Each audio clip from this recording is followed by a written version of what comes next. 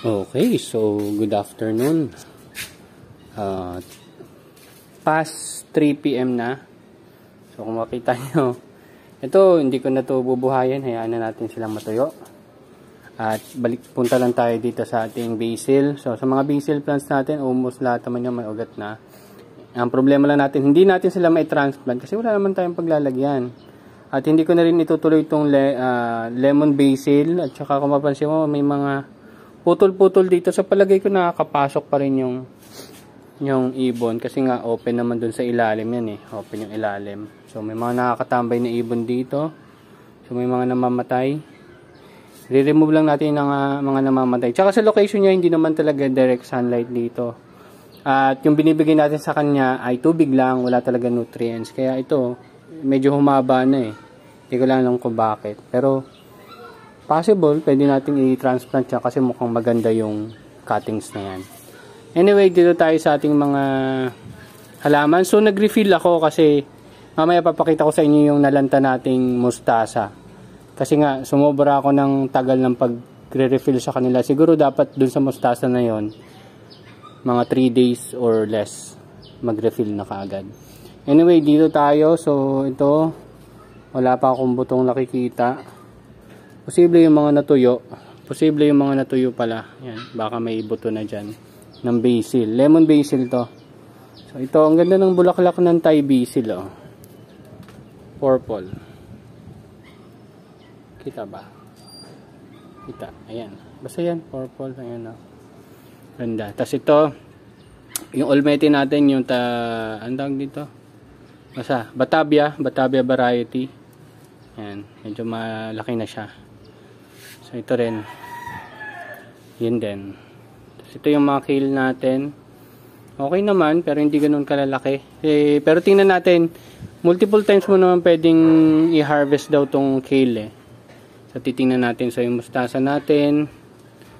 Ito naman, magkaedad lang sila, pero ito kasi nasa seedling tray. Nakagaya nito. Doon siya nakalagay. Doon, yan, doon. So kinuha lang natin siya kasi dating nakalagay dito romaine. Eh di ba, alam naman natin yung romaine ko dito is hindi ganoon kaganda ang result kasi nga hindi naman din maganda yung sikat ng araw dito sa location na to. So best is ito, olmete na tinatawag nila, Batavia variety. So hanap tayo ng mga ganyang buto sa online market. So ito yung galing doon. Nilinis ko na eh. So nilipat ko lang siya dito pansamantagal. Hindi ko lang kung kailan ko siya harvest. Pero matagal na to. Hindi rin siya masyadong lumalaki. Siguro dahil matanda na rin. Tapos ito naman yung Japanese mustasa natin. At sigurado ako nagkamali ako dito kasi hindi dapat ito yung container niya. Ang hirap kasi lumalaki na siya. Oh, lumalaki. Tapos yung huli kong alaga nito umabot ng 4 months yata. Bago ko siya pinatay kasi matagal na rin siya eh. Tapos ayan, hindi ko pa pala ito nadidiligan. Tubig lang naman ang ipandidilig ko dyan. Ito mga paso. Pero yung mga ito, yung iba na refill ko, ito hindi ko na ni-refill muna. Mabagal naman sila kumonsumo ng tubig. So ito, mabagal na rin talaga yung tubo. Tsaka kung mapansin nyo, yung agwat ng mga tangkay niya, medyo agwat ng mga dahon niya para magsanga, medyo magkakalayo. Siguro dahil na rin sa araw.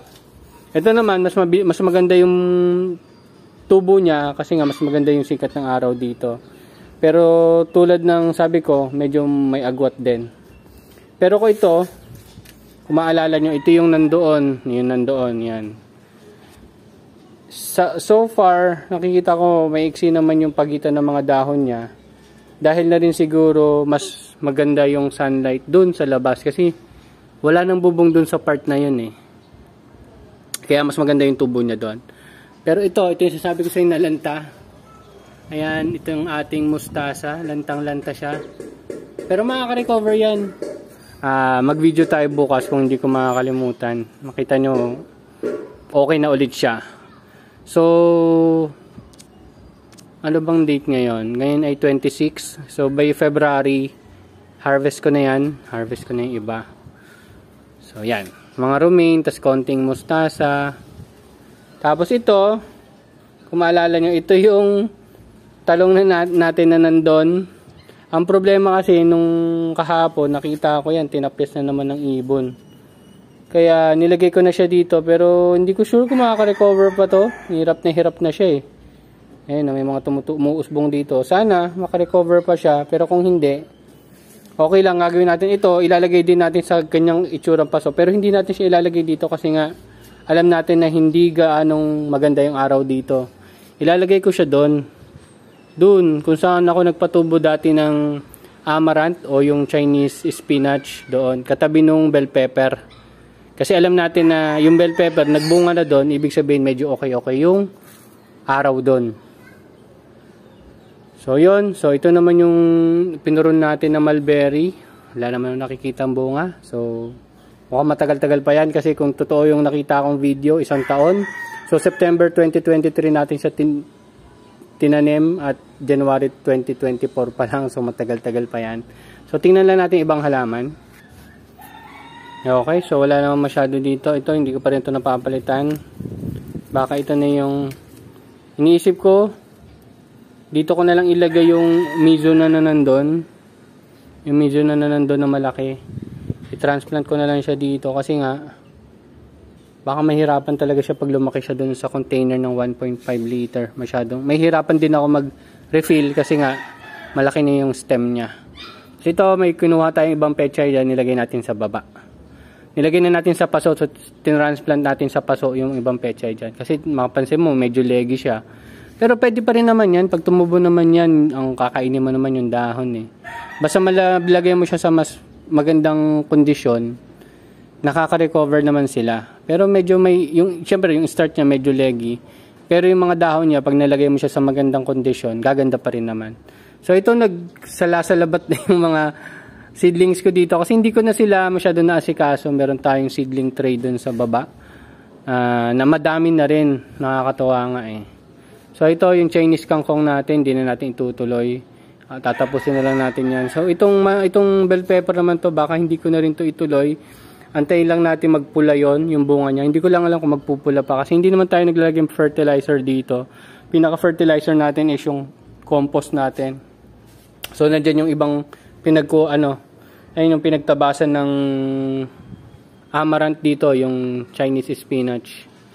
Kinuha na lang natin ng buto.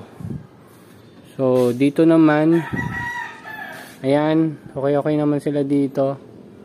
Hindi ko sure kung okay talaga. Hindi ko pa rin naayos yung pagpapropagate nito kasi possible hindi maganda yung mga dahon nila dahil na rin sa location. Kasi yung part dito sa yung medyo banda dito malapit sa akin, hindi talaga masyadong maaraw. Doon talaga sa banda na yun ang dapat na location niya. Ayan yung location ng mga basin na nandito. Ayan. Pero maganda yung dill. Ayan, dill. Herb din yan. Tapos meron tayong magandang tubo ng dill doon sa hydroponics or yung sa Kratky natin. So kanina, ayun mapansin nyo, tumutumba-tumba. Kasi nga masyado na sila mataas, nabibigatan. Hindi na sila kayang suportahan ng foam na nilalagay ko. Lalo na dito. Ang tataas na yan. Mga tumaas pa siguro, 1 inches pa siguro yung tinaas nila. Kaso sa sobrang taas nila, hindi na sila kayang suportahan ng ganitong klaseng setup. So siguro hanggang 6 inches lang talaga yung magandang setup na to. Tapos i-transplant mo na sa paso. Mga basil yan, sweet basil ang bango niyan. Yun. So possible kukuha tayong mga cuttings dyan para i-propagate lang natin. So ito naman, ito nakita ko lang kanina, naputol. Dito kasi sa location na to, makita niyo yung parang gitna nitong iskinita. Malakas ang hangin dito, pabalik-balik yung hangin dito. Siguro hindi niya nakinaya. Naputol siya, ayan o, naputol siya dito. Tapos, ayan, yung iba ni-refill ko rin kasi napansin ko lanta na yung dahon niya. So, ibig sabihin kailangan niya na ng tubig. Pag lumalaki kasi yung gulay, mas lumalaki siya sa pag-consume ng tubig. So, yung dating 4 na araw, 5 araw bago ka mag-refill, mas dadalas na. So, mas maganda talaga yung may malalaki kang container.